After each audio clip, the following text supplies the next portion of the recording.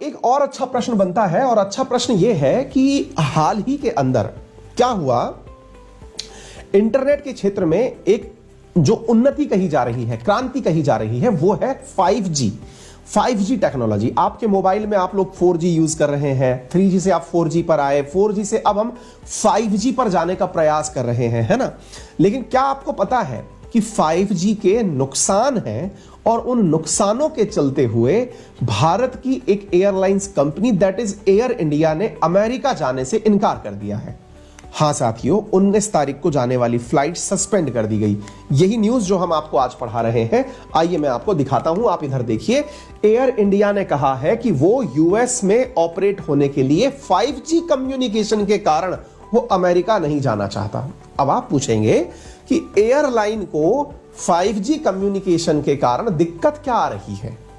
बहुत बड़ा सवाल है, हम इसको जरूर समझाएंगे आपको। 5G कम्युनिकेशन से एयरलाइन को क्या मुसीबत आ रही है। एयर इंडिया टू कर्टेल और revise US flight due to 5G internet deployment. इधर देखिए, Air India curtail US operation due to 5G roll out. और ये बहुत बड़ा विषय है, इसको सोचने की बहुत सख्त आवश्यकता है कि 5G के कारण जब हवाई जहाजों ने जाने से मना कर दिया तो पक्षियों का क्या होगा। यह बात सवाल समझने का, निश्चित ही अब इस पर बहस छिड़ने वाली है आने वाले समय में। आइए आपको कुछ न्यूज दिखाता हूं मैं। इधर देखिए साथियों, एयर इंडिया, जापान एयरलाइंस और एमिरेट्स ने कहा है कि वो अमेरिका के कुछ एयरपोर्ट्स पर लैंड नहीं करने वाले। इधर देखिए, आप और कुछ न्यूज दिखाता हूं।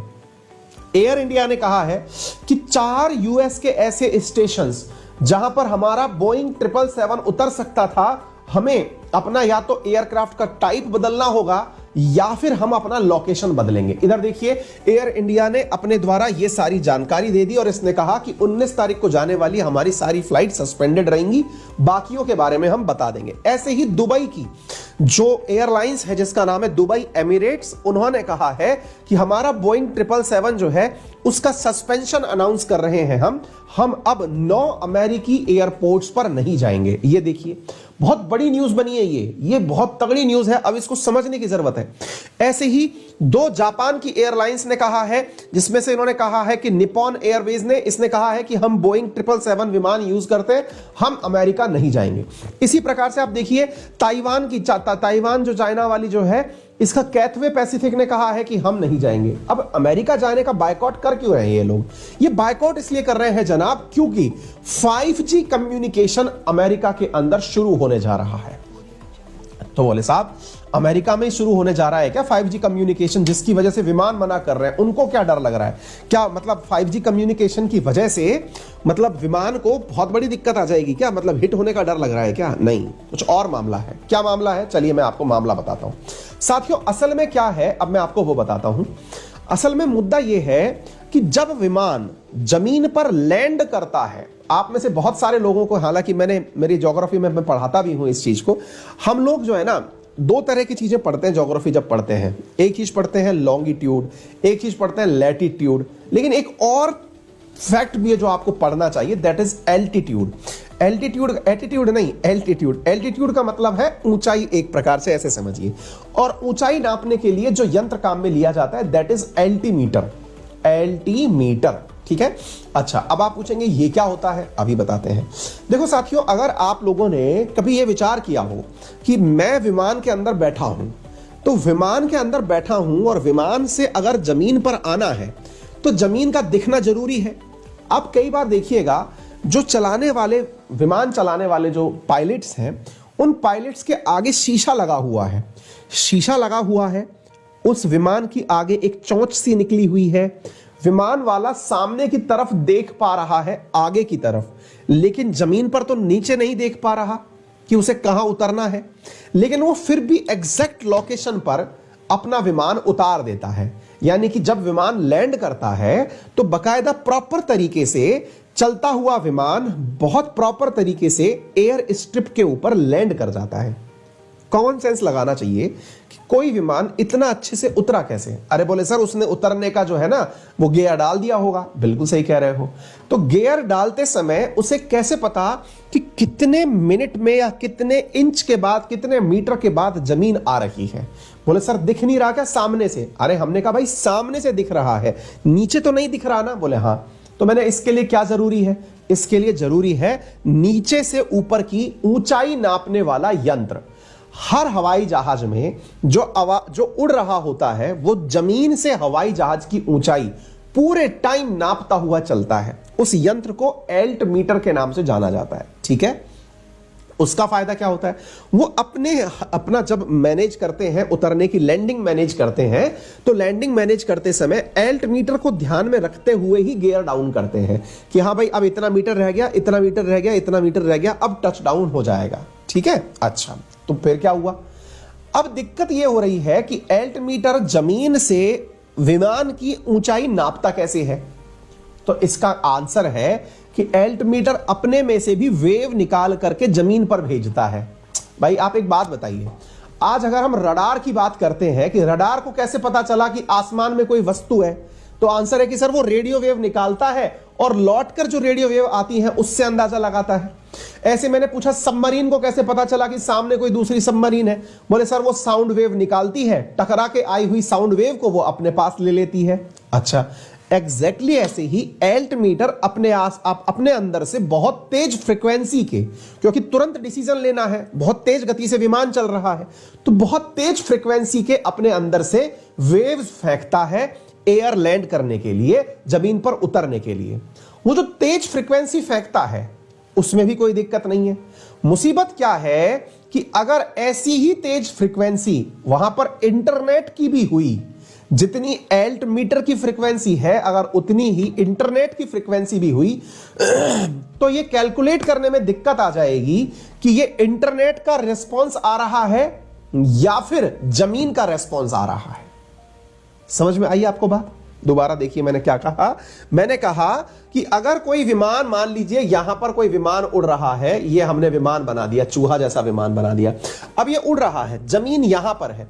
अब ये विमान को उड़ते समय नीचे से एहसास करना है इस बात का कि जमीन कितनी दूरी पर है, तो इसने अपने में से जो फ्रीक्वेंसी रिले करी, वो जो फ्रीक्वेंसी इसने रिले करी,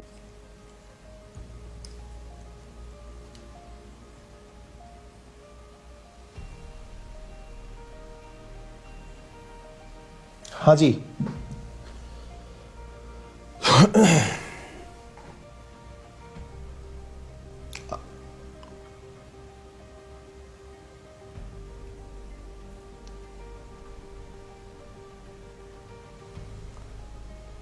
विजिबल,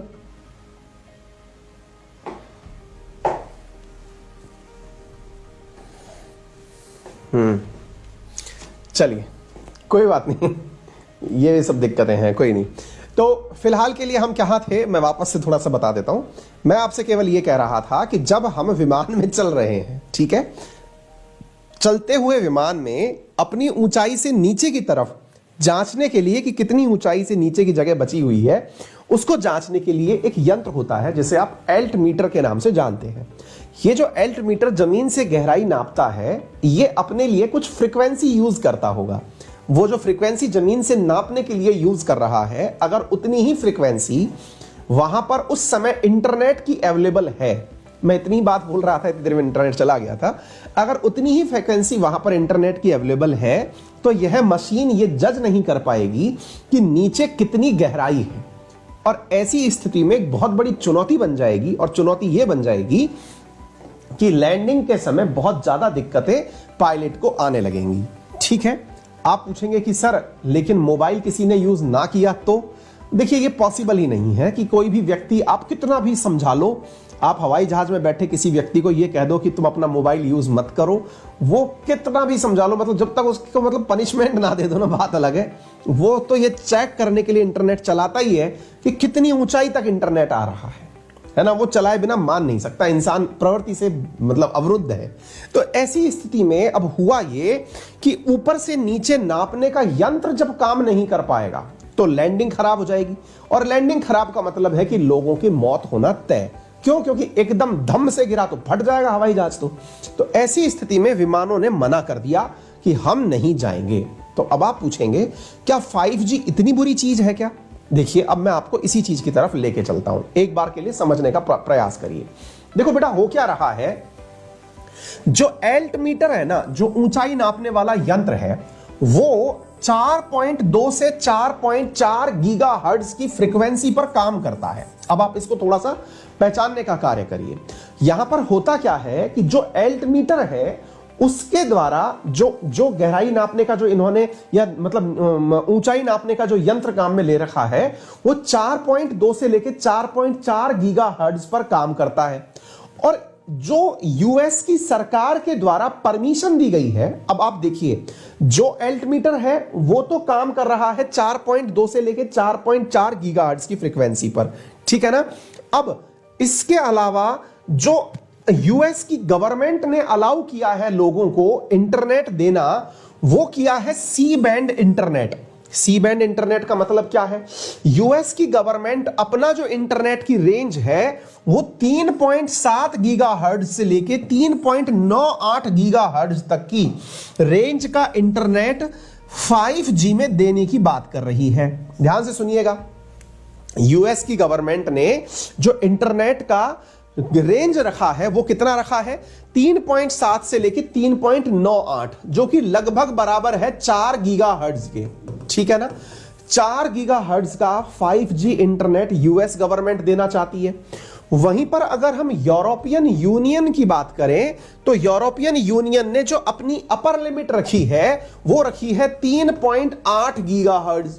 अब आप सोच के देखो, एक तरफ तो यूरोपियन यूनियन 3.8 गीगाहर्ट्ज पर रोक रही है, कारण क्या है?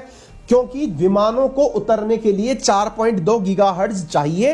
तो ऐसी स्थिति में इन दोनों के बीच में कोई भी कंफ्लिक्ट ना हो जाए, दोनों रेंज आपस में ना टकरा जाएं। अमेरिका के द्वारा जो रेंज बताई गई है ये लगभग इसके नजदीक पहुंच गई।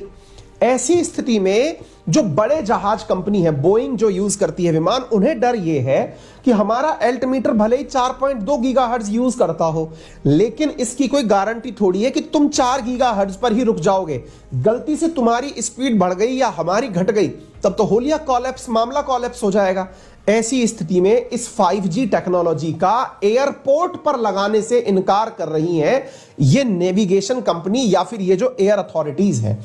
इनने कहा है कि भैया कुछ भी करिए, आप इंटरनेट 5G जो है वो एयरपोर्ट पर मत लगाइए, एयरपोर्ट से कम 2 मील दूरी तक इंटरनेट मत लगाइए।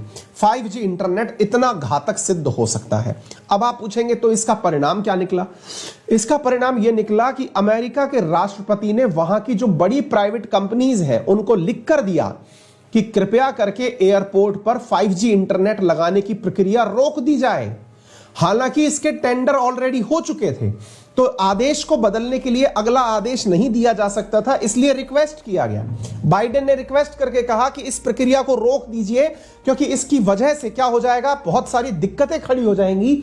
ऐसी स्थिति में अमेरिकी राष्ट्रपति के द्वारा यहां पर ये जो कंपनी है काफी फेमस, यहां की एरिजोन करके कंपनी है और ANT कंपनी है, इन सबसे कहा गया कि भाई आप अपना प्लानिंग रोक दीजिए। इनकी बात को मानते हुए, जो बाइडेन ने की बात को मानते हुए इन कंपनियों ने एयरपोर्ट के आसपास 5G इंटरनेट को लगाने से रोक लगा दी है। और इस बात का जो बाइडेन ने थैंक्स दिया वेरिजोन को और कहा कि आपने जो 5G टेक्नोलॉजी लगाने में यहां पर देरी की है उसके लिए धन्यवाद, क्योंकि आपके कारण से अब आने वाले समय पर फ्लाइट तो कम से कम आ पाएगी, तब तक हम इसका कोई और रास्ता निकालते हैं। अब आप अंदाजा लगाइए कि ये कितनी भयंकर चीज है। यानी कि एक ऐसी टेक्नोलॉजी जिसकी वजह से फ्लाइट्स उतर नहीं पा रही। क्यों? क्योंकि उन्हें नेविगेट करने में दिक्कत आ रही है। और अगर ये बात में सत्यता है तो एक सवाल तो यहां जेन्युइन बनता है, और वो जेन्युइन सवाल ये है कि जूही चावला ने कुछ ही समय पहले 5G ट्रायल्स के खिलाफ कोर्ट में अपील दायर की थी। हालांकि कोर्ट ने जूही चावला को इसलिए डांट करके भगा दिया कि भैया तुम्हें पता ही नहीं है कि क्या फर्क पड़ेगा, तुम जबरदस्ती चली आई। इन्होंने यह कहा था कि जो उड़ने वाले पक्षी हैं उन्हें अपनी दिशा का पता लगाने में बहुत दिक्कतें आएंगी। उन्होंने जिस तरह से बातें कही थी, उन्होंने कहा था कि 5G टेक्नोलॉजी, ये बहुत बड़ा सवाल भी बना था। लेकिन ये जो होता है ना, 5G कंपनी के जो प्रचारक लोग हैं या 5G कंपनी के जो लोग हैं, इन्होंने इस न्यूज को उड़ने ही नहीं दिया। लेकिन ये न्यूज जो है ना बहुत ज्यादा प्रचारित हुई थी कि क्या 5G के प्रयोग से बढ़ रहा है कोरोना, क्या 5G के प्रयोग से बढ़ रहे हैं पक्षियों की मौतें, 5G के प्रयोग से बढ़ रहा है हार्ट अटैक? ये जो न्यूज है ना, इस न्यूज को लेकर के जूही चावला गई थी कोर्ट, अगर आपको याद हो, और ये न्यूज मैंने भी पढ़ाई है आपको, 7 महीने पहले की न्यूज है, जिसमें कि हाई कोर्ट ने इनको भगा दिया था कि नहीं तुमको कुछ पता नहीं है। लेकिन जनाब ये तो प्रैक्टिकल बात है ना, जब तुम्हारा विमान लैंड नहीं कर पा रहा है, वो ये नहीं सेंस कर पा रहा है फ्रीक्वेंसी मैच के कारण कि कितनी ऊंचाई से वो उतर सकता है, तो पक्षी भी तो फ्रीक्वेंसी ही यूज करता है ना। पक्षी को थोड़ी ना ये पता होता है कि किधर जाना है, वो फ्रीक्वेंसी से ही चलता है। उसको जो भी अर्थ पर फ्रीक्वेंसीज हैं उन्हीं को देख करके वो दिशा तय करता है। जितने भी बड़े माइग्रेटरी बर्ड्स उड़ते हैं ना अंतरिक्ष, ये जो आकाश में बहुत लंबी लंबी दूर के उड़ने वाले जो प्रवासी पक्षी हैं, ये उड़ते हैं, तो उड़ने का एक तरीका भी यही है। ये इसीलिए उड़ते हैं कि भाई इनको फ्रीक्वेंसीज पता है। अगर आपने वो फ्रीक्वेंसीज खराब कर दी तो निश्चित ही ये एक चुनौतीपूर्ण कार्य हो जाएगा। तो 5G का जो ट्रायल है ये कितना चुनौतीपूर्ण हो सकता है, इसके परिणाम आने शुरू हो गए हैं, भविष्य में देखना होगा। हाँ, पेनल्टी भी लगाई थी इनके ऊपर, याद है ना, हमने बताया भी था, ठीक है ना। तो आने वाले समय को देखना होगा, और ये बड़ी चिंता की बात है जब देश के अंदर इतनी बड़ी बड़ी चीजें हो रही हैं, है ना, कंपनीज जाने से रोक दे रही हैं। अब आप पूछेंगे कि इसके पीछे आपको क्या लगता है? भाई अगर इस बात में थोड़ी भी सत्यता है कि कोई भी मतलब फ्रीक्वेंसी के कारण कोई भी दिक्कत आ रही है, तो इसकी प्रॉपर जांच होना जरूरी है ना, प्रॉपर जांच होना चाहिए और इंडिपेंडेंटली जांच किया जाना जरूरी।